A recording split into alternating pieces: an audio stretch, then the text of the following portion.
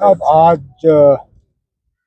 जो पुराना SRO 43 का कंपैशनेट अपॉइंटमेंट स्कीम है उसके तहत और उसके रिप्लेसमेंट में जो रिहैबिलिटेशन असिस्टेंस स्कीम RAS, इन दोनों स्कीम्स को जोड़ के आज 90 कंपैशनेट अपॉइंटमेंट्स कश्मीर प्रोविंस के 10 ज़िलों में जो है आज बांटने का काम हुआ। ये सिलसिला चलता आया है और हुकूमत बनने के बाद कोशिश की गई है कि इसमें तेज़ी लाई जाए, क्योंकि ये हमारा फ़र्ज़ है। ये अपॉइंटमेंट्स किसी के ऊपर एहसान नहीं है। हमारे कुछ कीमती साथी अपने सर्विस पीरियड के दौरान इस दुनिया से चले गए और उनके घर को तकलीफ़ ना हो, उनका घर चले, उस सिलसिले में ये स्कीम जो है ये लागू किया गया। और जैसे मैंने अपनी तकरीर में आज कहा, कोशिश की जाएगी कि जहाँ जहाँ इसमें कोई खामियां हैं, कमज़ोरियां हैं, उनको दुरुस्त किया जाएगा। मैंने पिछले दिनों कहा कि अमेरिका के सदर साहब के बयानों का पता ही नहीं चलता। मुझे लगता है उनको खुद भी पता नहीं है वो कर क्या रहे हैं। सुबह उठ के एक बात करते हैं, दोपहर को दूसरी बात, शाम को तीसरी बात, और जिस तरह की जबान, जिस तरह का लैंग्वेज वो इस्तेमाल करते हैं, मैं तो कहता हूँ वो मतलब अमेरिका के सदर को छोड़िए, वो किसी को शोभा नहीं देती। उनको याद करना चाहिए कि वो अमेरिका के सदर हैं। जिस तरह सोशल मीडिया पे गाली गलौज, आप और मैं अगर उस तरह का लैंग्वेज इस्तेमाल करें, हमें तो ब्लॉक कर देंगे, हमारा अकाउंट सीज कर देंगे, हमें वो फेसबुक और ट्विटर वगैरह से वो खारिज कर देंगे। अब ये अमेरिका के सदर हैं, क्योंकि सदर हैं, डरते हैं लोग इससे, इसके खिलाफ कोई कार्रवाई नहीं। और ये बार बार धमकी देना क्या? जंग ईरान ने शुरू नहीं की, जंग ईरान के ऊपर ठोसा गया। पहले तो हमें ये बताए ना, अब इस जंग के पीछे मकसद क्या था?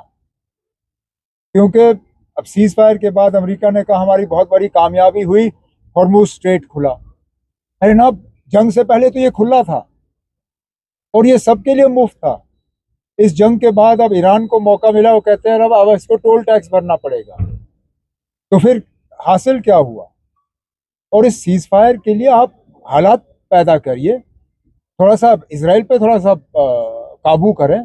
जिस तरह लेबनान पे वो बमबारी कर रहे हैं, जिस तरह बेगुनाह लोगों को वहां मारा जा रहा है, आपको क्या लगता है ना किस तरह सीज फायर होगा? तो चलिए, हम यहाँ तक पहुंचे, बड़ी अच्छी बात है, लेकिन ये सीज फायर अगर कामयाब ना रहा, इसके पीछे ईरान का कसूर या किसी और का कसूर नहीं होगा, सिर्फ और सिर्फ इसराइल का कसूर होगा।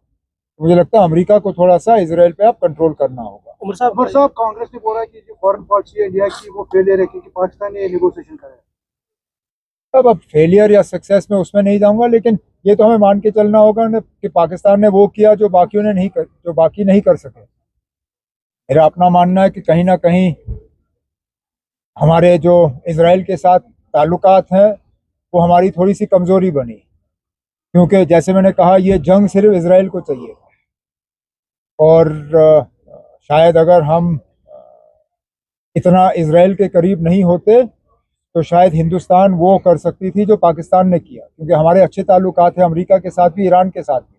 मुझे लगता है, जो मुझे लगता है, ये मेरी ज़ाती सोच है कि हम ये रोल इसलिए अदा नहीं कर सके क्योंकि हमारे इसराइल के साथ ताल्लुकात कुछ ज़्यादा करीब गए हैं। अब चलिए, जो सीज फायर हुआ अच्छा हुआ, अगर इसमें पाकिस्तान ने ही रोल अदा किया तो चलिए।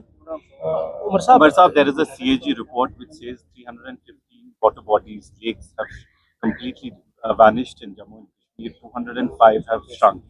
Are we headed towards an environmental disaster? Look, I don't need the CAG to tell me what is self-evident. I mean, I'm amazed that this subject has become a topic of discussion because CAG has talked about it. We see it. We are living this, whether it is our water bodies in and around Srinagar, or our water bodies in rural areas. Either those water bodies have ceased to exist or they have shrunk. They have shrunk because of urbanization. They have shrunk because of pressures on the land. They have also shrunk because of climate change. So while some of these things are within our control, some of these things are a fallout of a wider problem. But yes, I think we need to be more conscious of the environmental damage that we are doing. And this is not just the responsibility of the government. I think it will take a collective responsibility of all of us who live in Jammu and Kashmir. Is this the sort of Jammu and Kashmir that we want to hand over to our children and grandchildren? And if it isn't, then what can we do to be more conscious of how we protect the environment? Why don't we use less plastic bags? I mean, is it going to take a government order banning the use of plastic bags completely for us to wake up to this problem? As a concerned citizen, what stops me from carrying a bag from my house to bring my shopping home in? Why do I have to take a plastic bag from the shops? But if what it takes is the government to be more heavy-handed, then unfortunately that is the direction in which we are heading. But I hope before that, as a society, we can do collectively something to address this problem elections कब होगी urban local bodies की अगर बात करें? at the appropriate time.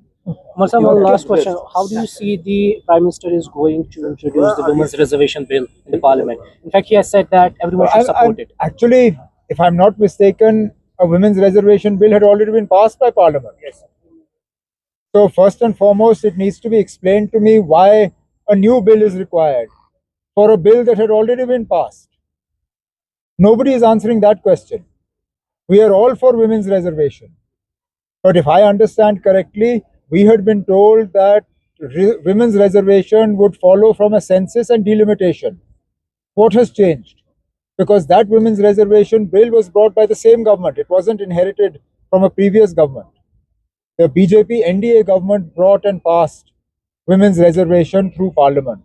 At that time, it was told to us that this would be applicable from the post 2030 census, 2029 elections. This would happen. Ab kya badla? We are all for it, but something is not right.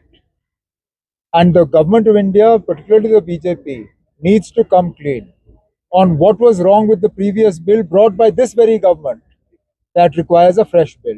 Convince us, we are happy to listen. Umar साहब, ये जो नीति आयोग की latest report आई है कि जम्मू कश्मीर में सालाना 15,000 करोड़ रुपए सिर्फ हमारे हॉर्टिकल्चर को नुकसान हो रहा है because of the different reasons, थोड़ा सा इस पे जानना चाहेंगे। अब बजट में इस साल हमने हॉर्टिकल्चर के लिए क्रॉप इंश्योरेंस स्कीम जो है उसका ऐलान कर दिया है। अब फाइनेंशियल ईयर शुरू हुए, अब हफ्ता भी नहीं हुआ, हमारी कार्रवाई जो है वो चल रही है। हमारी कोशिश रहेगी कि जल्द से जल्द हम ये स्कीम जो है लागू करें।